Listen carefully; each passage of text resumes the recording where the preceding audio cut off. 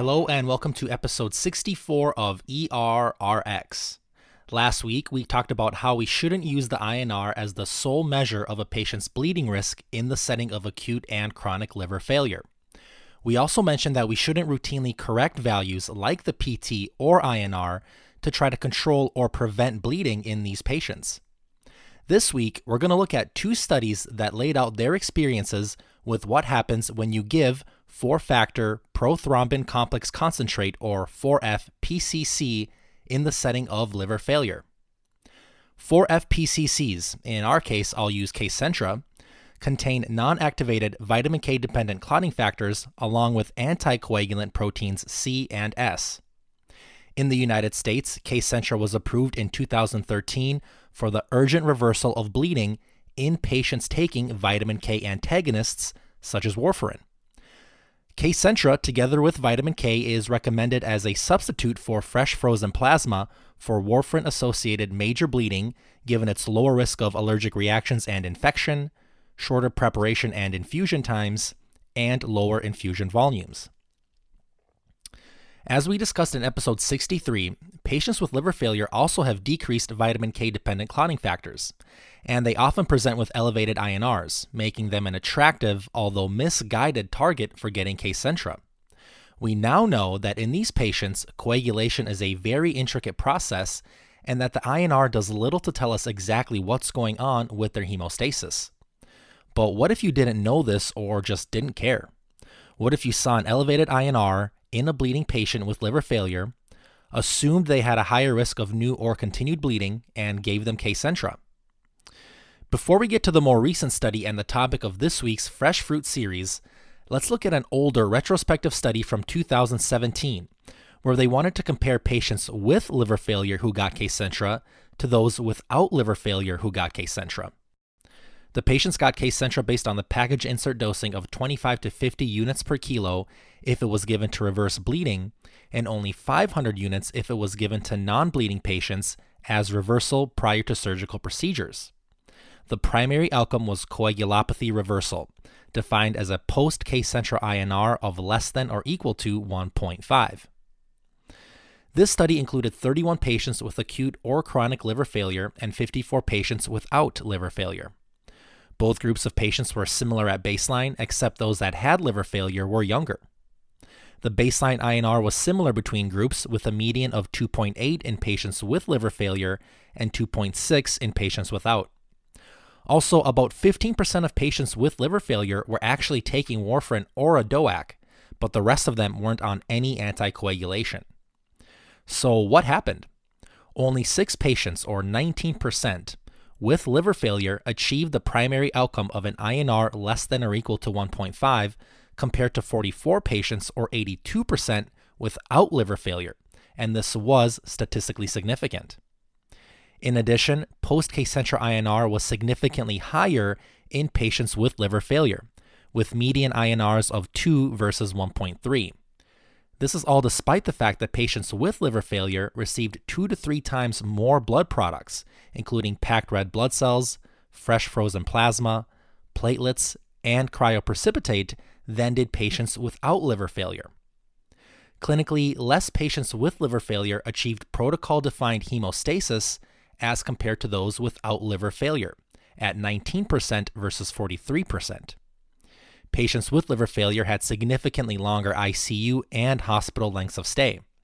And the worst part, they had significantly higher in-hospital mortality rates, at 52% versus 18%. The good news was that safety events were rare, with only 1 patient with liver failure and 8 without developing a clot. All of this stayed basically the same when they did a subgroup analysis excluding patients who received the low, fixed dose of Kcentra prior to surgical procedures. More recently, in 2021, a group of authors led by Dr. Small wanted to compare the effects of giving Kcentra to patients with intracranial hemorrhage, or ICH, in the setting of cirrhosis in patients who were not on anticoagulation.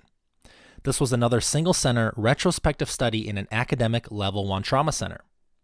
Unlike the previous study, this study excluded patients who received Kcentra prior to surgical procedures. The primary outcome here was rate of ICH expansion within 24 hours as determined by CT scan. This study included 21 cirrhotic patients who received Kcentra and 37 cirrhotic patients who did not receive Kcentra, or the standard of care group.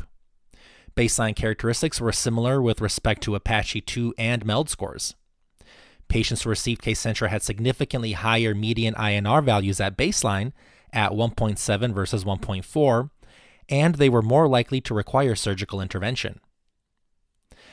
They found that the primary outcome of ICH expansion within 24 hours was still similar between groups, with stable head CTs achieved in 68% of those who received Kcentra versus 73% of those who didn't.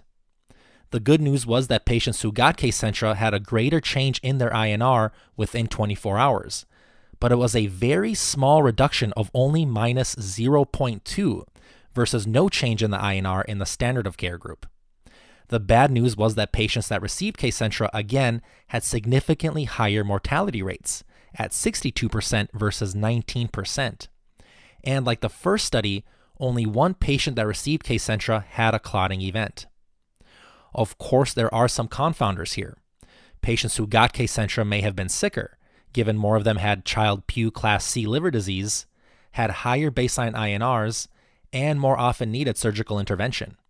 But again, this is a largely negative trial showing minimal benefit of giving Kcentra to these patients. In conclusion, although there's no consensus for how to correct coagulopathy in the setting of liver failure in patients not on anticoagulation, it seems that just throwing Kcentra at them as a knee-jerk reaction probably isn't the best way to go. It looks like most patients don't reach a goal INR reduction or hemostasis as defined by clinical measures or CT scans. INR reductions are minimal, and they definitely aren't reduced by the magnitude we're used to seeing when simply reversing someone on warfarin. In this setting, it appears that we can expect only a 0.2 to 0.5 absolute reduction in the INR. And worst of all, studies like the two discussed today show higher mortality rates and lengths of stay, which we have to consider despite some confounders. But to be fair, there is a lot of gray in medicine, and we do have to say that there may be a select group of cirrhotic patients with life-threatening bleeds that it would be reasonable to give Kcentra to, as long as we weigh the risks, benefits, and costs. It's important to note that there are studies, mostly case reports and case series, that have shown Kcentra to be useful in this setting. And another positive, it seems that clotting events in these two studies were rare. Personally, I'm leaning towards not recommending the routine use of Kcentra to reverse bleeding in patients who have elevated INRs simply because they have liver failure. To me, the evidence just isn't there, and most of the evidence we do have tells us that Kcentra does little to the numerical value of the INR, leads to almost no clinical improvements, and comes with numerous risks and heavy costs in this patient population. As always, thank you so much for your time. Don't forget to check out the website, errxpodcast.com, where you can listen to all of the episodes, read the key points, and review my references.